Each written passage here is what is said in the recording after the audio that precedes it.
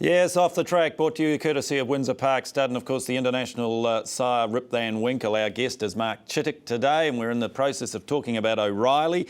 He's back at Dave O'Sullivan's, happy to pre-train him, but it didn't work out that way, did it? No, it didn't. He went to the trials at Matamata. Lance rode him, and he just bolted in, and then one thing led to another, and there's no way that we were going to take him off. He went into the Telegraph. How many runs he had coming into the Telegraph? Yeah, that was his fourth run. He had 4 runs in New Zealand. He won at Wellington, Tauranga, and then went straight into the Bayer Classic. Yep. And that was the Bayer Classic was an unbelievable ride of Lance's and a great effort of the horse. Third up in a Group 1 race, and then. But here he took on the older horses. Yeah, took on the older horses, and DJ still says that 1,200 metres was his best distance. Gets out now, and L.A. O'Sullivan. Yeah. Got to ask you, at this stage, had you formed a relationship with his sister, Lisa, at this stage? Can't remember the actual timings. Maybe she saw me, maybe I might have been a bit more attractive after O'Reilly's win. So look, that was going super. I mean, everything's looking on the up. You sent him to Australia? Yeah, yeah. So we wanted to get Australian form, and we took him over and we ran him in the Australian Guineas first up, and he ran into Muawad. Muawad, yeah. Who of course had won, I don't know how many Group 1s, but he ran second to him. But Clary Connor still sort of says, they pinched a break on us at the turn, and we just couldn't run him down, and he still says if the race was run differently, it might have been a different result. But anyway, then DJ said, I want to bring him back to 1,200. And I want to run him in the Newmarket, if we want to try and get Australian form. And of course, he broke down, did a suspensory halfway down the straight. You've had the highs, the lows, the highs, the lows. Were you at Newmarket? Were you there, Fleming? Yes, I was there. Gary had stayed at home, and I'd actually gone over with a couple of mates, and obviously DJ Murray and that. And so, been in the stand and seen that happen halfway down the straight, and it looked like he'd broken his leg. It was as simple as that. And but thankfully, they got him in there and bandaged it all up and held it all up, and obviously it would have been the next thing to have gone. And once again, Lance suspected something wasn't right there, and took the pressure off straight away. Came back and stood. How was he received by the New Zealand breeders when he first came back? Yeah, we brought him back, and we always said, even if he'd never made the racetrack after having that injury as a 2-year-old, that we would have stood him at stud, because he's a beautiful looking horse with a fantastic pedigree. And at first, I mean, he sort of served that 80 to 100 mares for the first 3 years sort of thing. And in his 2-year-olds, he had 3 winners. It was just sort of like, we're going along all right here, still a chance. And then as they turned 3, and he won the 1,000 guineas, and then won the 1,000 guineas the next year with Final Destination, then the Jewel. And then obviously it's just gone on. The rest has been history. Been outstanding for her. Because out of Courtser he was. She won the Golden Slipper. A wonderful mare to have acquired when you took over Waikato. Yeah, she certainly was. She certainly was a lovely mare. Hey, and so your relationship with Lisa, must have been starting to go around this time, wouldn't it? Established? Well, yeah, Paul and Lance, probably Paul. He quite often makes they used to spell a few horses out there, and he often makes a comment about how all of a sudden he used to have a mate that wanted to come out and have a look at the horses that were spelling. So sort of things generated and went from there. I mean, Mara, look, I've spent a bit of time with Lance. They're a very close-knit family. You come part of the family, but it's a loving family. Yeah, no, it certainly is. It's a great family, and at the end of the day, I suppose between our family and their family, we've got our main thing at the heart is, for our day-to-day lives is to be involved in racing and racing the best horses we can. Because Lisa became very much involved in the marketing side of things, which really suits her. Yeah, she certainly did. Well, like I believe in life, this sort of marriage thing, Steve. Like it's like picking a good filly at the sales, isn't it? You've got to do your homework. You look at the dam. Yeah. You got to look at the pedigree, and at the end of the day, you're with them a long time. Yes. You know they're going to cost you a lot of money, and they've got to be able to keep up with the pace. And she started ticking those boxes as we went along. The marriage was good. The wedding was good. Yeah. Had a very good night at the wedding. Middle of winter, just before the season, and it was great. Yeah, good stuff. The rest, as they say. So, you raced a horse called Alf. which many people won't even know too much about, I suppose. I remember he was by masterclass, was he? Yeah. Funny little story with Alf. He was quite a nice little weanling, but we were taking him to the weanling sale, and he got away from the leader going to the float, and he took off down. I wasn't actually there at the day, and he took off down the driveway and skidded over and took skin off everywhere. And anyway, they got him back in and on the float and up there, and because when I got there the next day, his legs were all swollen and that, so we took him out, and I actually bought him off Gary at that stage and put him back through the yearling sales, and Paul bought him, and Paul O'Sullivan, brother-in-law. Yeah, and after that, I said to him, listen, you know, I regard Paul as a very, very good judge, and if you like the horse, you know, I'll stay in for a bit, and we'll let's race it, and if we trade him, we trade him. At that stage, they had Eric Watson as an owner. No, well, that was Eric's first horse. Yeah. And the story goes that Lance was on a flight somewhere back from Hong Kong, Australia, or whatever, and happened to be sitting next door to Eric, and so Eric became involved in Alf from then. Interesting story. I mean, he went to the Eclipse at Ellerslie, first past the post. Yeah, first past the post, and he did, well, here's the footage now, he did vary out a bit, but he was a clear winner. And I think the stakes on that day was worth something like 20-25 grand to him, and then we aimed him at the Golden Slipper after that, and basically he missed out on the field. This is Alf in front here. Yeah. Yeah, he's run out, isn't he? He is run out, but the other horse would never. Oh, I see what you mean. But that's the old rules, you see. He impacted on the fourth horse that should have run third, and therefore you got put out. Yeah. Shades of the thoroughbred breeder. I mean, you talk to the tailors, they have nightmares about it every time you mention it. Today wouldn't have got put out, but had a significant bearing on this horse's racing future. You're going to go to the Golden Slipper with it. Yeah, and Paul and DJ took him to Australia, and ran him in the Black Opal. And anyway, to cut a long story short, he missed out on running in the Slipper basically by about 15 grand, which was what was taken off us that day. Went round the size produce, eh? Yeah, so we stayed over there and ran in the size produce, and it was against most of the Slipper field. And managed to win it. So here he comes. Whereabouts is he here, my friend? In front? Yeah, we're in front. Yeah. Just jump and run horse. Yeah, he was tough. He was very, very tough, Alf, and he was very, very good to us too. He gave us a lot of fun, and at the end of the day, he went to Hong Kong. I was going to say he got on-sold to Hong Kong, so it wasn't a bad deal for you. No. And again, he got one of your size masterclass. Yeah. Show no emotion.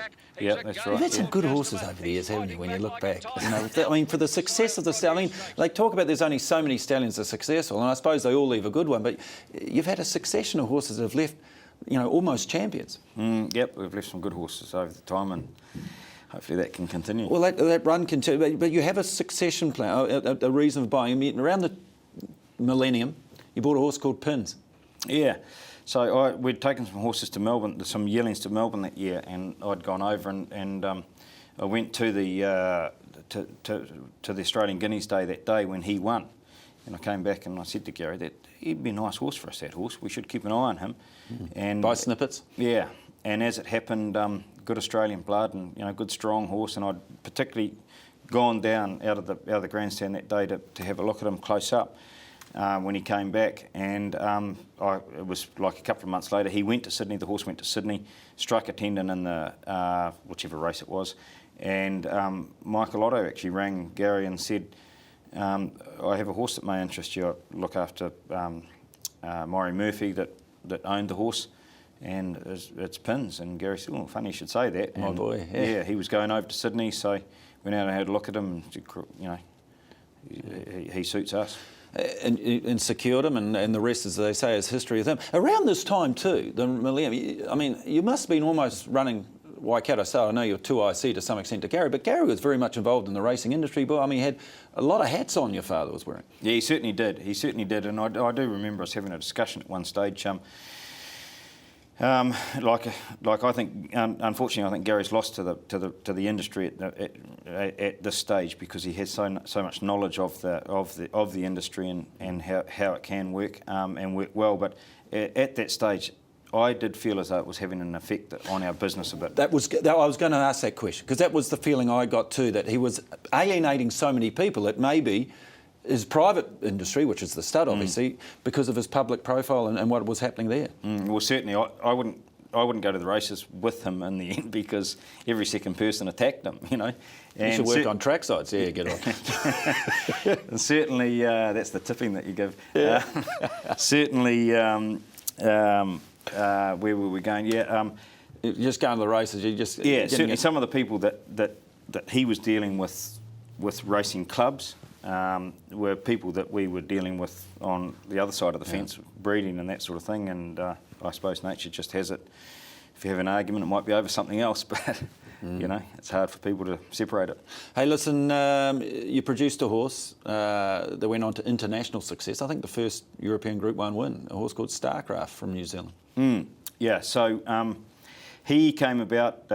We do business backwards and forwards with Haunui Farm, and Rhonda lined up Gary about sending a mare up to him, and so we just sort of we selected her. She was a big mare with a good family. We felt as though the stallion needed a bit of size, so up she went, and that's how it came about. And like when we got him to the sales, he was a nice lanky colt, nothing wrong with him, good walker.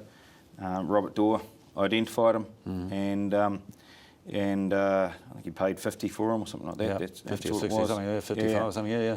For Paul Macon, and over he went, and you know, in his early stages, until the Derby, until the AJC Derby, he sort of looked like he was all right, but he was going back to him as a type as a yearling. He was one of those horses that was going to take a bit of time. A little bit of time. And here is the Derby. One word from you, and this is him in the with the cross. We know these colours: the blue with the white cross and the red sleeves coming out. The chestnut. Gee, he could run, couldn't he? He certainly could. He was a beautiful galloper. I think when he came to New Zealand for that Triple Crown. He had a bit of a niggle going on.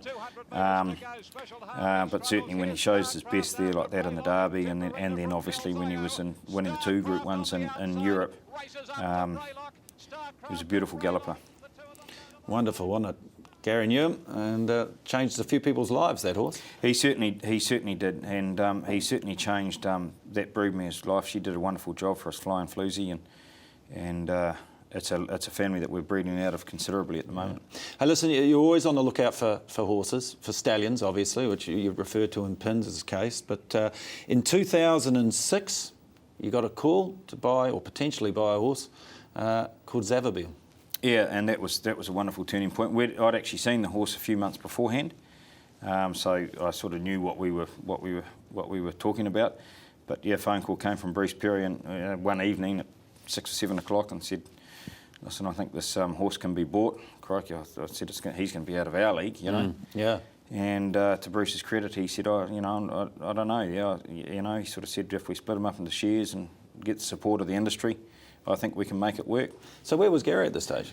Well, Gary was actually he was at home, and he had guests for dinner that night, and I rang him and said, "What about we have a go?"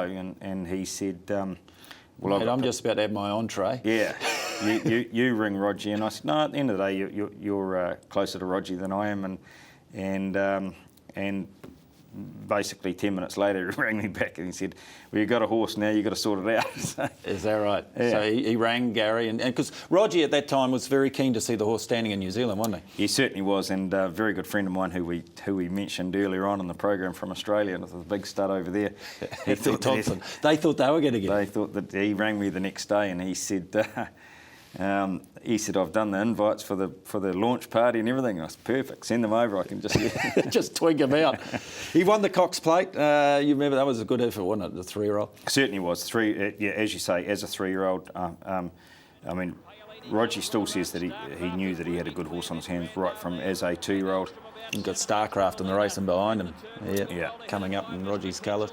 Max Whitby's in the horse. Yeah, Max is in the horse. There's a few of the Australians still left in the horse that raced him, but really the main way that we got this horse off the ground earlier on was the support of the New Zealand breeders. You got on the phone. Yeah, I got on the phone. $10 million deal. Yeah, $10 million deal and 200,000 a share, and you know, when you're ringing cold calling people, and there'd obviously been no chat about the horse coming to New Zealand for obvious reasons, and it happened so quickly. But I spent probably a day and a half on the phone and had the horse done. So it was. I'm pretty proud of that. Yeah, and I'm actually very proud of Zabeel actually too, because when he had 2-year-olds, there was people starting to knock. But I mean, he is by Zabeel, so we were confident. We just had to give him a bit more time. He has gone through the world, turning upside down. Yeah. Just generally, and he's come out the other side as a fantastic sire, and shares have been trading lately for a whole lot more than what they originally. Which is what this wonderful game's all about. Look, it seems that all your horses, the successful one and some of, there's always a story. I often say that behind every champion there's a story. You raced a filly called Daffodil. Yeah. So she's really part of the family, Daffodil, but. Because her story actually goes back to her mother. It does. And let's talk about Spring. And it also goes back to Chris Turner of the Endacross. Chris is a great mate, and we've been breeding horses together. And it got to a stage where he said, "Listen, I've got too many of them. How about we go halves in them?" And I said to him at the time, "Does it include Head of the River?" And he said, "Yeah, all of them." I said, "Righto then." And so Head of the River went to O'Reilly and left this filly, and to be honest, she wasn't too good in front Spring. Spring herself, and it wasn't ideal for her to be having a yelling prep. And so I said to Chris, "Listen, we'll buy you out." And he said, "Fine, you buy me out of that one as long as I get the opportunity to buy another filly out later on." Here's her win at Manawatu Field and Jockey Club, I think, Day, at Manawatu. And you thought, gee whiz, front legs and all, they can still run. Yeah, they can still run. And once again, it's a very, very tough family. Then she went down to the 1,000 Guineas and she had no luck there at all. She nearly got put over the fence.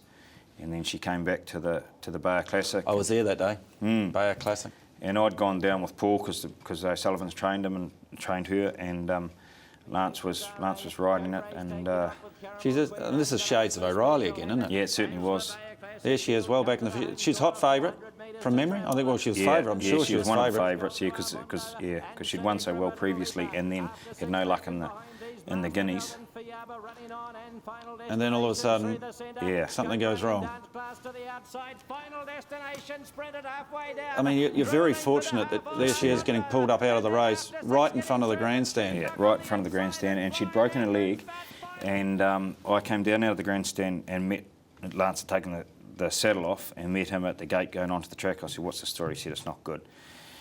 And I followed her, the leader and her out to the back, and then because they didn't want to put her down. In effect, that's what they were going to do. Yeah, with it. And there's two blokes said, "We can't do it here. There's too many people." And I just sort of happened to catch up and said, "What are you doing?" I said, "We've got to put her down. She's broken her leg." I said, "Like hell you do. We're just going to give this mare the opportunity." And everybody on the course that day, the vet was the chap Cartwright. He was unbelievable. John Kenny, Majestics. John Kenny. I remember John wandering down, and we sort of said, "We're going to give her a go. We're going to try." One of the fortunate things for her was that we were at OTAC and it wasn't far from Massey University. Yeah. And we got her on Bill Ewan, our vet. He rang Massey straight away. The doctors, Elwyn Firth, etc. from Massey rang me. They put her in a special emergency cast on the float up to Massey. I went home because obviously it was in the middle of the season, and they did all the X-raying and that, and they came out to Gary, and who followed her up to Massey and said, "It's a mess, but we can have a go if you want, Yeah. And he said she deserves the go, So they screwed it all up, and I can't remember the exact timing, but like a week later, she broke those 2 sets of titanium screws, which apparently just doesn't happen. So that was a massive setback. They re-screwed it. They left the other little bits in there, the broken bits in there, rather than disrupting it too much. About 10 days later, she broke those sets of screws. They just couldn't work it out. But they said we're not going to do anything. There's enough calcification going on, and that we're going to leave it. And her attitude really helped her. She had an unbelievable, she was tough, but she knew she was in trouble, and that's what helped her through. All right. Well, that's Spring. From Spring, we move to Daffodils. Why not? This is Off the Track. Back with Mark Chittick shortly. Chittick.